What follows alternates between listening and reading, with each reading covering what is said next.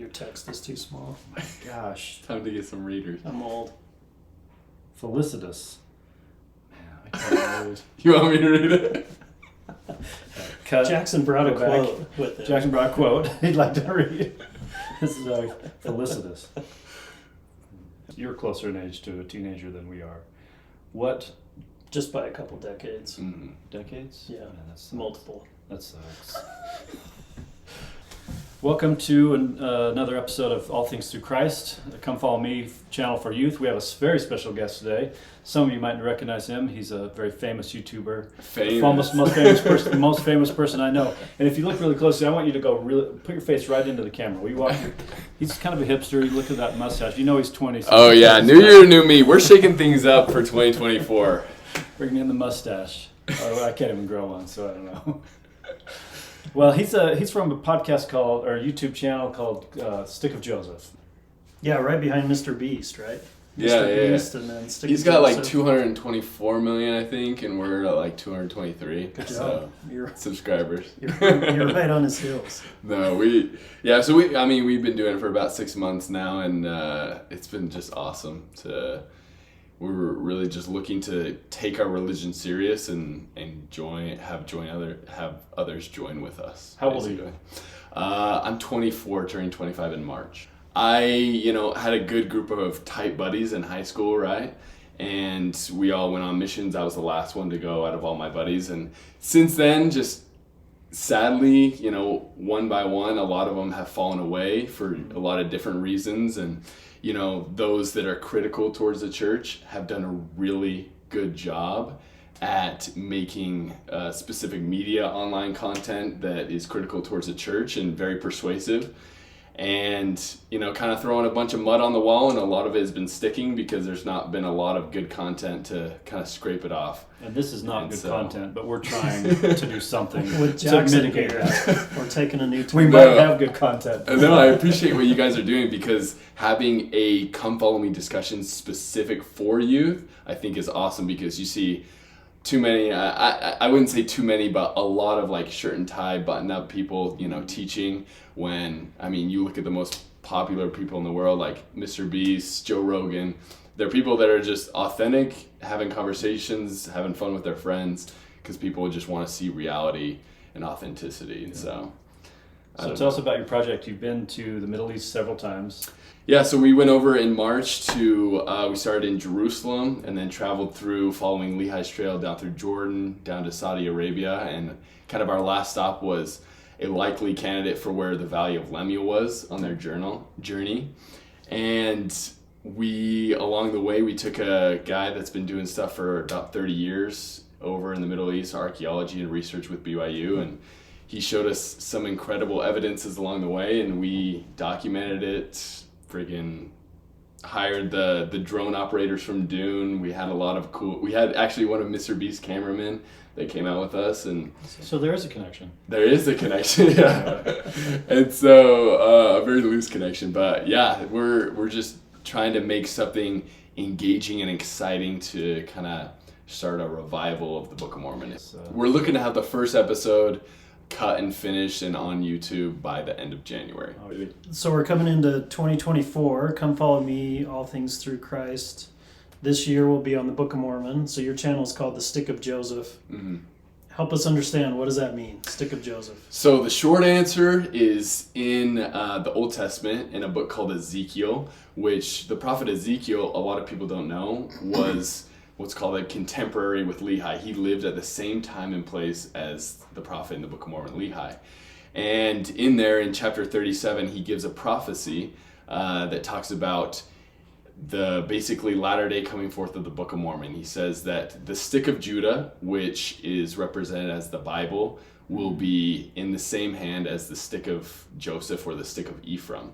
And so the Book of Mormon was written by Lehi and his descendants that all come from the line of Joseph, from the 12 tribes of Israel.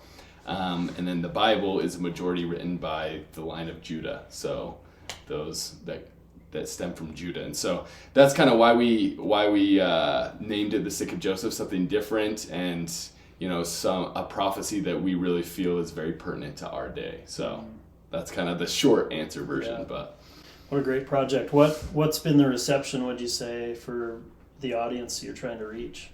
Very well, honestly. Like we started, I guess, really putting out content in April or May, and since then we've grown to almost 15,000 subscribers on YouTube. We usually get like around 10,000 views per video, and it's been really cool to see. Because me and my brother, I mean, we're both in the Marine Corps Reserves, and we spend a lot of time around people that aren't very buttoned up, and so that's kind of bled into our personalities a little bit. And so just, I think, inviting people who are passionate about the Church of Jesus Christ of Latter-day Saints and take their religion serious, and having conversations with them has, resonated with a lot of people, and it's been fun. But I mean, obviously you're gonna have critics from all types of backgrounds that'll call you all types of names, but we do our best to not act like we know everything, and to the answers that really there aren't good answers for, we're not afraid to say I don't know, but we seek to approach the hard questions and give faith-filled responses. Have you discovered anything new about the Book of Mormon that you didn't know before, you didn't ever think about before, or is it all just strengthen your testimony in a general way? That's a good question. So I've learned that I have been just reading the Book of Mormon as like almost a pamphlet my whole life. And, it wasn't until we went over to Israel with this guy, his name's Jim Gee, who has been doing this stuff for 30 years. And he has shown the little details and how wonderful and complex the Book of Mormon is when you look at the details. It has made the scriptures so much more engaging, because I can see truly how it is a divine work and not a creation from a 19th century obscure boy. So we've read probably the Book of Mormon could be the most read book of the saints of the canonized scripture. Would you say so? Oh yeah, probably easily. Yeah. So let me read something from Elder Maxwell. It just came to my head as we were talking about that. Elder Neil A. Maxwell said, "The Book of Mormon is like a vast mansion with gardens and wings. My tour of it has never been completed. Some rooms I have yet to enter, and there are many more felicitous fireplaces waiting to warm me. Even the rooms I have glimpsed contain further furnishings and rich detail yet to be savored. There are panels inlaid with incredible insights and design and decor dating from Eden. There are even sumptuous banquet tables painstakingly prepared by predecessors, which await all of us. Yet, we as church members sometimes act like hurried tourists, scarcely entering beyond the entry hall. May we go inside far enough to hear clearly the whispered truths from those who have slumbered, which whisperings will awaken in us individually a life of discipleship as never before." So that kind of is a statement that acts like your pamphlet statement. Mm-hmm. We don't really, have we spent enough time in the Book of Mormon? Do you think? To say that, to go off that, like, talking about time, like, I had already been a missionary at this point when I started getting into all of this a lot more seriously, and I felt like, through reading the Book of Mormon at least, half a dozen times in English and then a couple more times in Portuguese, like, I'd spent some my due diligence, I felt like, but I don't think that the time was always like the quality study of understanding with understanding being the goal rather than just like pages covered, you know what I'm saying? And so it was good either way, because I mean there's a lot worse things I could be spending my time on, but I think actually taking it serious to the point where I want to understand each verse and its background and everything that goes into it totally made the scriptures come to life. So I like that quote, because what was it, Neil A. Maxwell? Yeah. A guy like that saying something that he's never reached the end of his tour of the Book of Mormon shows you how serious he takes his study and how vast and complex the book is. You're closer in age to a teenager than we are. What? Just by a couple decades. Mm-hmm. Decades? Yeah, Man, that's multiple. That sucks. What would you recommend? What would be a good catalyst? What could you recommend to us as teachers of youth to be a catalyst to excite the youth about the Book of Mormon? Yeah. What would be the best catalyst? That is a good question. That's an awesome question, and kind of going along the same vein. I don't want to sound like a broken record, but a lot of times we lack excitement about things of a spiritual nature because in our heart of hearts, I don't know if we're that excited ourselves. But we see the excitement that it takes to inspire youth to, put down their phone and stop scrolling to go and pick up the Book of Mormon instead. And so one thing I think is just authenticity in and of itself, not, trying to act like it's something that's not. But if you truly do understand the scriptures, like, they're so interesting and so amazing that it's a no-brainer. I have the opportunity, I go on trips with youth every summer with a company called HXP, and so I go out with 20 teenagers and we do morning and evening devotionals. And the first time I went on a trip, I just remembered, I already have this fire, and I had a hard time remembering what it was like, even though I'm just 24, remembering what it was like to be a 16, 17, 18-year-old and not really have a super huge interest in learning about the gospel.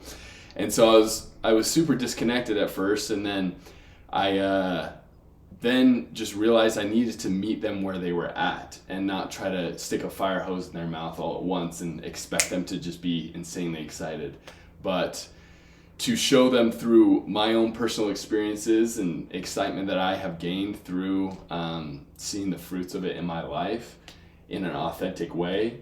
Then I saw a shift in some of the kids of wanting to gain that excitement for themselves because they see the good effects, I guess, it has had on my life.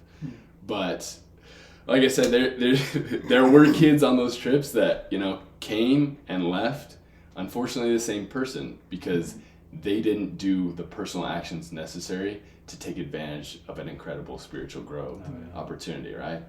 So, and I don't know if that answer made any sense to you, but...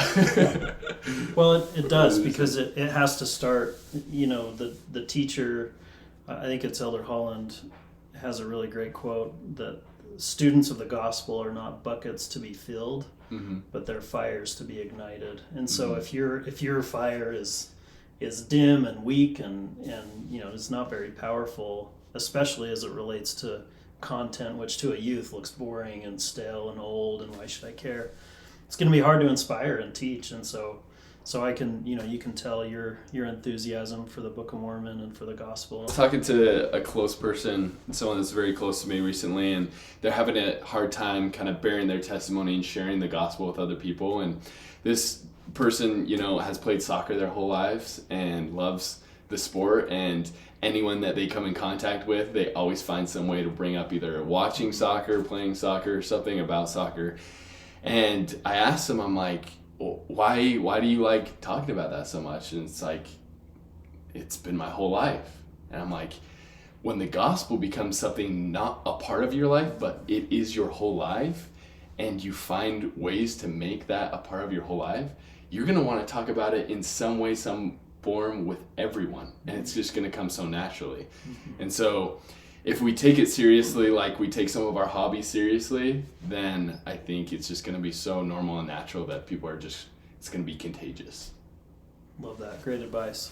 Let's have one last question about the project, and then maybe your testimony of the Book of Mormon. Just something something that has changed in you from post mission that makes your testimony even more solidified. But so, what does it feel like as you're standing in the Valley of Lemuel? What's the feeling? The alleged Valley of Lemuel. Sorry, alleged. I didn't find any inscription that says Nephi was here or some porta-john with like scratchings on it. But it's just like watching The Chosen. I don't care if that Jesus didn't even look like that, or Peter didn't even look like that, or the things, the little tidbits they add in didn't even look like that. But what it has done is it makes Jesus real to me. It makes the stories in the New Testament real. And so when I can see, of a canyon, a valley with, it's like so hard to put into words. When I see a valley with 2,000 foot high solid granite rocks that the only way you could describe it is steadfast and immovable, like Lehi did, with the only continually running river of water in the entire country of Saudi Arabia, in the only place that it could have been. And seeing and touching and feeling those things, it's just so surreal and allows my faith to be bolstered so much, because I now read that thinking of real people and real places, and not just, stories that are good. Rather than those big, huge, those drawings with Nephi with the huge arms. Exactly. He was still probably jacked, Maybe. but it's just a lot. It's just reality. The scriptures are reality now. Yeah, check out their channel, Stick of Joseph. It'll add to your Book of Mormon study this year and bring it into reality, which is exciting. Yeah. I appreciate it. Thanks for being here, Jack. Of course, yeah. Thank you.